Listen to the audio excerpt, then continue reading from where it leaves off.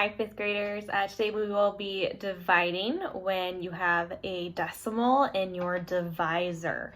So in our class meeting, we talked a little bit about shifting and how the place value system works when we divide by a decimal.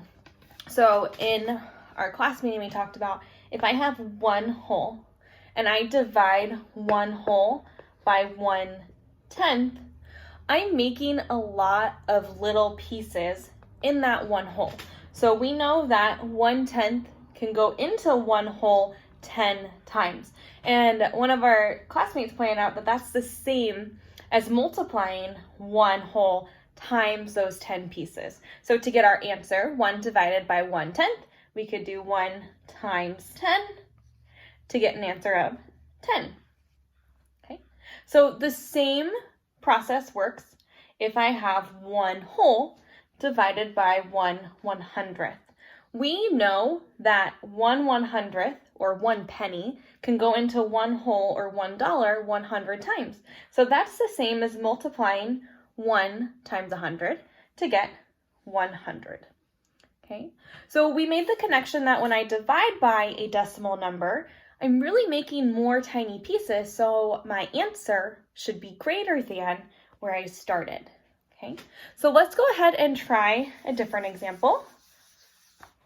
This one is coming from your book. It's on page 167. I'm just jumping to number 17. Mr. Moreno made 2 liters of spaghetti sauce, and he will pour it into jars that each hold 1/10 of a liter. And we want to know how many jars he'll need. So I'm going to divide 2 by 1/10. Okay. So the same process as we talked about in our last example. I'm really taking 1/10 of a whole, but I have 2 wholes.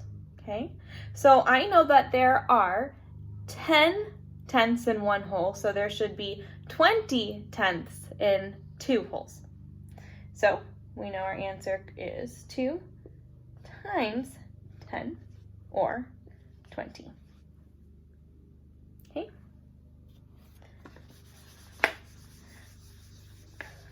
This example is not in your book. Let's say Mr. Moreno made 9 liters of spaghetti sauce, and he wants to divide that into jars that hold 1/100th of a liter.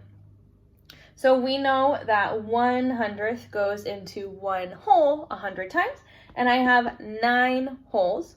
So that would really be 9 times 100 or 900 jars.